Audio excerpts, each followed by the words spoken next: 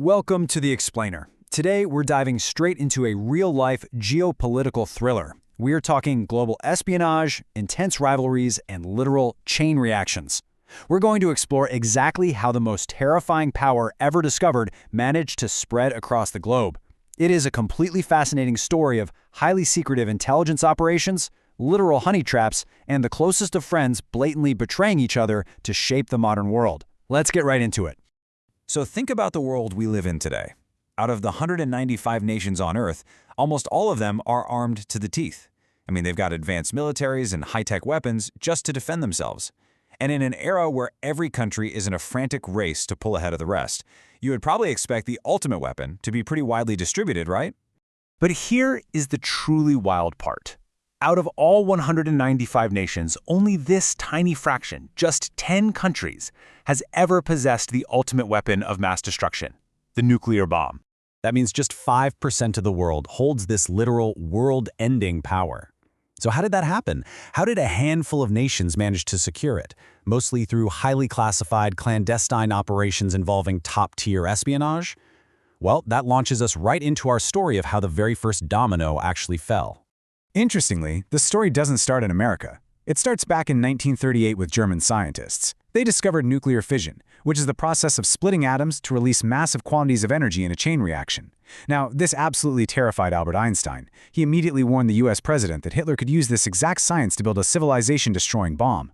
Driven by the very real fear of Germany winning that race, the US launched the Manhattan Project.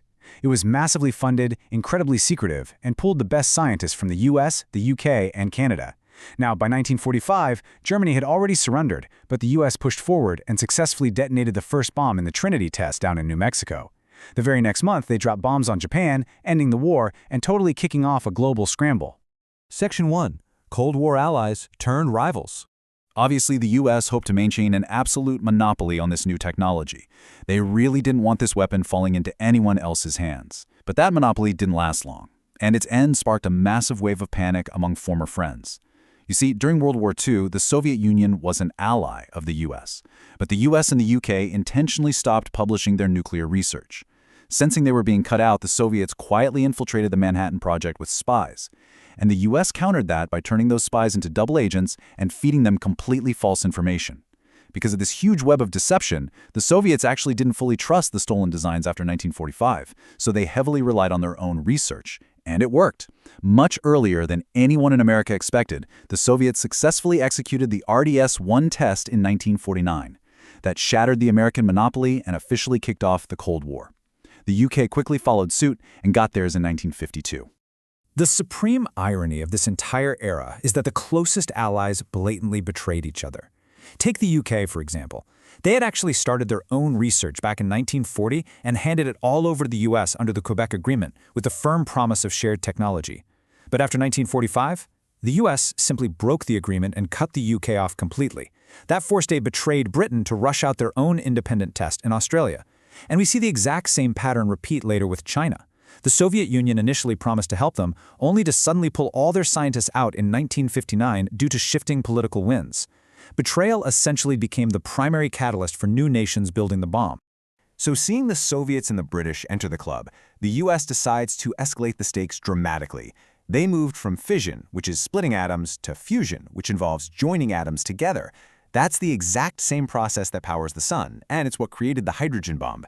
The US tested this in 1952, yielding an explosion roughly 450 times more powerful than the bomb dropped on Hiroshima. But that technological advantage was super short-lived. Russia matched the fusion capability by 1955, and the UK figured it out in 1977. Section 2.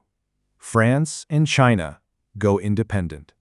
Now, the geopolitical chessboard is really shifting as two more massive powers felt totally humiliated on the world stage and demanded their own deterrence. For France, the turning point was the 1956 Suez Canal crisis. When Egypt seized the canal, France and Britain planned an attack alongside Israel. However, both the US and the USSR strongly backed the Arab nations because of oil interests. The USSR literally threatened a nuclear strike against France, while the US applied crushing economic pressure. Feeling completely humiliated and forced to back down, France realized it just couldn't rely on allies anymore. So they tirelessly mined uranium from their colonies in Niger, Gabon, and Madagascar, and successfully tested their own bomb in the Sahara Desert in 1960. China's motivation was strikingly similar. After being threatened with nukes by the US during the Korean War, Chairman Mao knew China would always be pushed around without them. When the Soviet Union, their supposed greatest ally, abandoned their joint nuclear project, China took it as a massive challenge. They went out and mined their own mountains for uranium. And what's truly fascinating is what they called their first successful test in 1964. They named it 596. The 59 stood for 1959, and the 6 stood for June. Chairman Mao named the bomb after the exact month the Soviets abandoned them. It was a literal explosive slap in the face to Soviet leadership. Section 3. Secret Projects and Honey Traps. As the decades rolled on, the spread of this technology into the Middle East and Africa got incredibly secretive and genuinely dangerous. Let's look at the sixth nation, Israel. They are the only country to never officially confirm nor deny their arsenal. Facing massive regional threats, Israel desperately wanted a deterrent, but U.S. President John F. Kennedy strictly opposed it. After JFK's assassination, the path kind of cleared, and Israel secretly completed its program by 1967. Honestly, the world might never have known the details if not for a technician named Mordecai Vanunu. In 1986, he blew the whistle, leaking photos and secret documents to the British press. To protect their secret, the Israeli intelligence agency Mossad executed a highly complex honey trap operation. They lured Vanunu out, captured him, and brought him back to Israel, where he spent 18 years in prison. Now we have to talk about the South African anomaly. Because of their strict apartheid laws, South Africa faced a severe global boycott.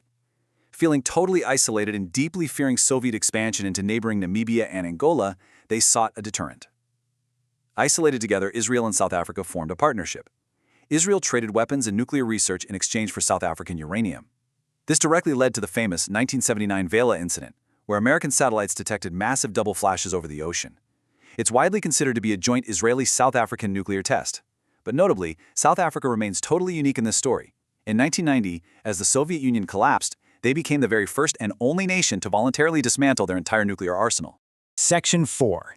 Asia's Nuclear Domino Effect.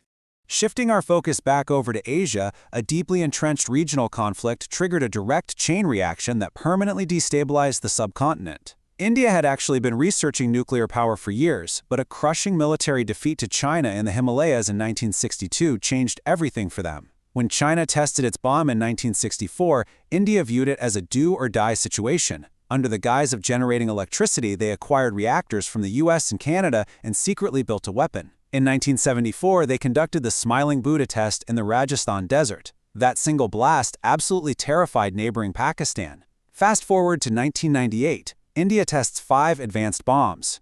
Just weeks later, a terrified and highly motivated Pakistan responded by detonating its own underground tests in the Chhupaye hills.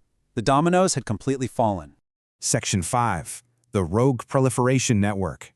The story of Pakistan introduces the absolute darkest twist in our explainer. This is the moment this technology stops being strictly state-controlled by superpowers and effectively hits the black market. To build Pakistan's bomb, a scientist named Dr. A.Q. Khan secretly acquired classified uranium enrichment blueprints while working at a facility in Holland. But he didn't stop at arming his own country. In a truly shocking turn of events in 2004, amidst intense global pressure, Dr. Khan appeared on television and openly confessed to single-handedly selling this apocalyptic technology to Iran, Libya, and North Korea. He took full responsibility and was placed under house arrest. But think about this for a second. Why on earth would a Pakistani scientist share top-secret, highly sensitive enrichment technology with a geographically isolated nation like North Korea? What could possibly drive that kind of massive political leap? Well, it was a deadly, perfectly balanced trade. Experts believe Pakistan had the explosive capability but lacked the long-range delivery systems to target distant Indian cities. North Korea, on the other hand, had highly advanced no-dong missiles but lacked the nuclear explosive capability. So it became the ultimate barter. North Korea provided the delivery systems, and in exchange, Dr. Khan provided the blueprints for the uranium centrifuges. And that brings us to the 10th and final competitor in this story, North Korea. After being denied weapons tech by both the Soviets and China, North Korea actually signed the Non-Proliferation Treaty in 1990, but they secretly cheated using the technology they acquired from Pakistan. They conducted a small, seemingly malfunctioning test in 2006, but in 2009, just as their leader Kim Jong-il fell ill and desperately wanted to project strength, they detonated a massive weapon. The explosion was so incredibly powerful that it triggered a magnitude 5 earthquake on the Richter scale, firmly securing their place as the 10th nation to enter the nuclear club. So where does that leave us today? Are we at the end of this timeline, or is the domino effect still in motion right now? Currently, Israel, which is the sole nuclear power in the Middle East, is placing immense pressure on Iran to halt its program. Meanwhile, Saudi Arabian leadership has explicitly stated that if Iran succeeds in building a bomb, they will absolutely not be left behind. As you look at this whole history of betrayal, espionage, and chain reactions, really think about what this means for global security today. In a world driven by fear and rivalry, will the domino effect ever actually end? Thanks for joining me on this explainer, and keep questioning the world around you.